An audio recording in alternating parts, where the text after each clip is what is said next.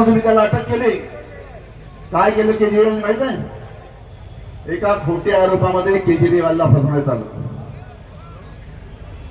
एका खोट्या आरोपामध्ये केजरीवाल पाहून त्यांना जेलमध्ये टाकलं. अनेक नेत्यांना जे भारतीय जनता पार्टी विरोधी आहेत त्यांना खोट्या आरोपामध्ये जेलमध्ये टाकलं. माझी स्वतःची किस्सा तुम्हाला सांगतो. मी महाराष्ट्राचा गृहमंत्री होतो. ताई आमच्यावर काम करतो या मंत्रिमंडळामध्ये.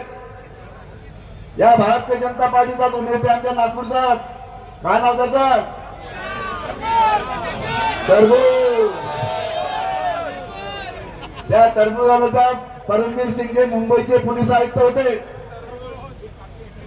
त्यांना माझ्यावर आरोप करायला लावलो. परमवीर सिंगला 100 कोटीचा आरोप अनिल देशमुखावर केला. 100 कोटीचा आरोप केल्यानंतर ईडी लावली, सीबीआय लावली आणि ईडी सीबीआय लावून याच भारतीय जनता पार्टीच्या नेत्यांनी आपले लोक माझ्याकडे पाठवले.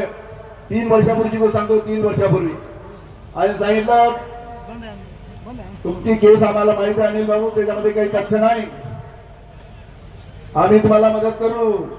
काही ईडी राहणार नाही, सीबीआय राहणार नाही. एक आम्ही तुमच्याकडे ऍफिडेव्हिट माझ्याकडे पाठवला. त्या ऍफिडेव्हिटवर तुम्ही सही करून द्या, तुम्हाला कोणताही त्रास नाही होणार. ईडी नाही, सीबीआय नाही, काही नाही आणि आमच्यामध्ये मंत्रिमंडळामध्ये मंत्री होऊन राहा. ते जर ऍफिडेव्हिट 3 वर्षापूर्वी यशोमतीताई आता त्यातले मुद्दे सांगत नाही काय होते तर ते ऍफिडेव्हिट जर मी 3 वर्षापूर्वी सही करून दिली असती तर अनिल देशमुखांना काही झालं नसतं. पण आपल्या महाविकास आघाडी सरकार मी ज्या दिवशी ऍफिडेव्हिट सही केली असती त्या दिवशी सरकार पडलं असतं आणि आपले मोठे मोठे नेते अडचणीत आले असते.